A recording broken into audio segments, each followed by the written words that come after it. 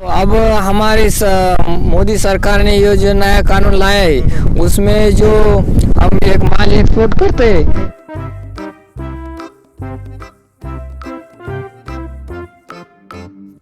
गार्गी काय आहे? काय आहे? काय आहे? मक्का आहे, मक्का आहे.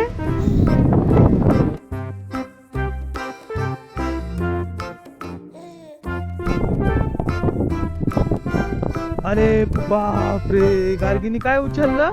दगड उचलला. टाका खाली, टाका खाली. कीर्तन करा.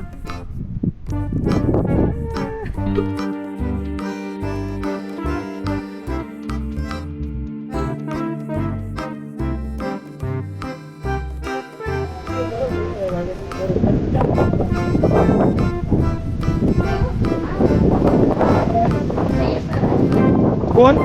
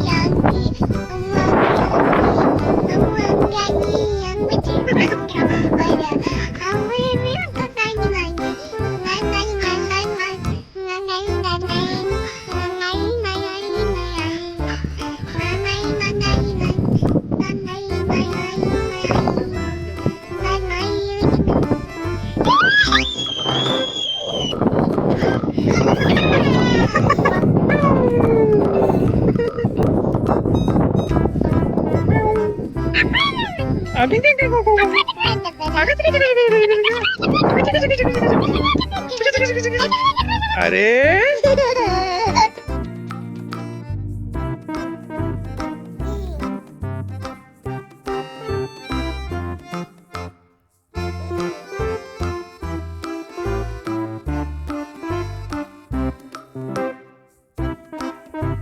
हॅलो करा सर, टाटा कर, टाटा कर, टाटा करा. अरे बाबा म्हण, बाबा.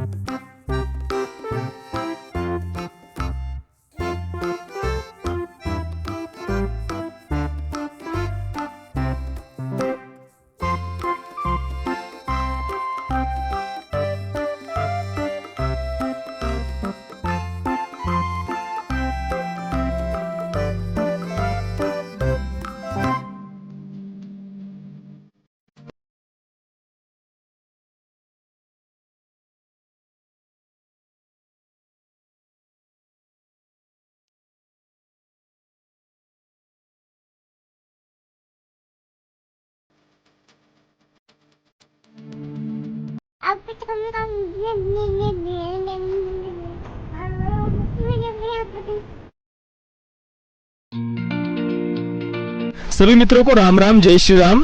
हवा बहुत तेज चल रही है इसलिए माइक मैंने हाथ में पास में लिया हुआ है, पर फिर भी अगर आपको थोड़ा सा डिस्टरबेंस हो, हवा की तेज़ आवाज़ आए तो माफ़ी चाहता हूँ. अभी मैं खेत में आया हुआ था तो सोचा चलो खेत से वीडियो बनाते हैं. पिछली बार मैंने सरपट्टा परम्बराई का रिव्यू किया था यहाँ से, तो बहुत सारे मित्र बोले थे कि खेत में क्या क्या लगाया हुआ है दिखाओ.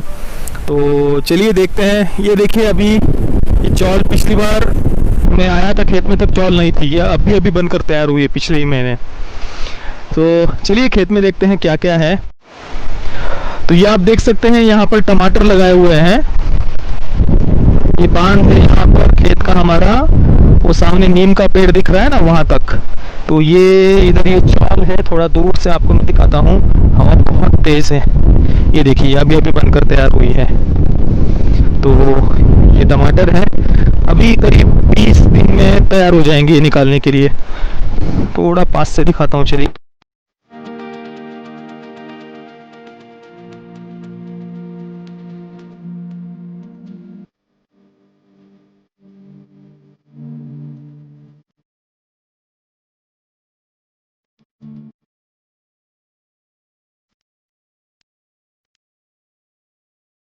चलिए ये है पूरे टमाटर, वो आगे तक टमाटर ही टमाटर है. ये मिर्ची ये देखिए यहाँ पर सामने मेरे पिताजी खड़े हैं, मैं वहाँ जाकर दिखाता हूँ। तो ये देखिए ये है चौल, इधर ये बाजू में दूसरों का घर है, मतलब दूर के रिश्तेदारी है हमारे।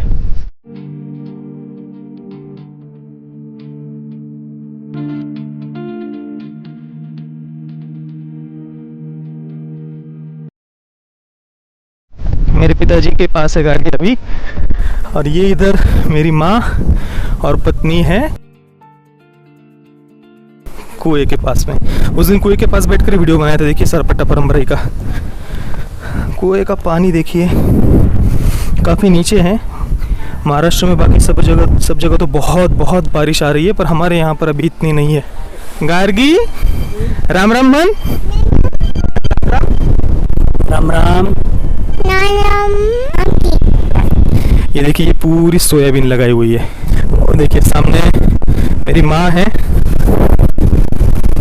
कैसा सा बेल है? लौकी का बेल है ये, भोपड़े का। तो दोस्तों ये मेरे चचेरे मामा हैं, और उनका ये सामने वो पत्रे का शेड दिख रहा है ना आपको, उसके बाजू में वो घर है, वो उनका ही घर है यहाँ पर। यहाँ आपको दिखेगा या नहीं, 1 मिनट जूम करके दिखाता हूँ। जूम हुई कहीं तक? हाँ ये देखिए यहाँ पे आपको ये घर दिख रहा है ना उनका। यहाँ पर उनके सामने ये खेती है, वो अंगूर का बाग आपको यहाँ से दिख रहा होगा। ये अंगूर का बाग है उनका। 1 मिनट उनसे बात करते हैं। काय काय लावलंय तुम्ही शेतात आता? आम्ही कारले लावले 2.5 बिघे आणि द्राक्षाचा बाग आहे 1 एकर, सोयाबीन आहे 1 एकर, अच्छा कांद्याचं रोप टाकले, म्हणजे रोप तयार केलंय, अजून 1.5 महिन्यानं ते लावणीसाठी तयार होईल. आणि आता जो नवीन कृषी कायदा आणलेला आहे मोदी सरकारने, त्याच्याबद्दल म्हणजे कसं आहे आपल्या शेतकऱ्यांना त्याचा फायदा नुकसान? शेतकऱ्यांना विषय तो म्हणजे चांगला आहे तसा दृष्टिकोनातून शेतकऱ्यांच्या. शेतकऱ्यांना जो जे मार्केट कमिटीचे जे बंधन होते, माल आमच्याकडेच विकला पाहिजे, व्यापाऱ्यांनी खूप आडमोठेपणा होता, तो आता कमी होणार आहे. हा ते बंद होईल. आडत पैसे जी आडत होती ती बंदच झाली तेव्हा. पण व्यापाऱ्यांची हो कुठं पण बांधावं सुद्धा व्यापारी येत आहे आता. आम्हाला पटलं तर माल हार्वेस्टिंग करून त्यांना देतो. तेव्हा कसं होतं, माल हार्वेस्टिंग करून मग मार्केटमध्ये न्यावा लागायचा. तो नाशिवंत असल्यामुळं सगळाच भाजीपाला शेतीचा तो मिळेल त्या भावात तिथं ओतून निघून यावं लागायचं. आता म्हणजे तो 2 दिवस माल निघायला वेळ जरी असला तरी व्यापाऱ्याला बोलून आणि इथंच भाव ठरवून जागेवर देऊ शकतो. हो देऊ शकत नव्हतं, म्हणजे व्यापारी कमी यायचे. व्यापारी तेव्हा तो कायदा नव्हता, त्याच्यामुळं त्यांच्या बंधन होते. हो मार्केट कमिटीचे व्यापारी जे होते त्यांच्या विरोधात, हो त्यांच्या विरोधात ते जे शिवार खरेदीचे जे व्यापारी होते त्यांच्या विरोधात ते केस करायचे.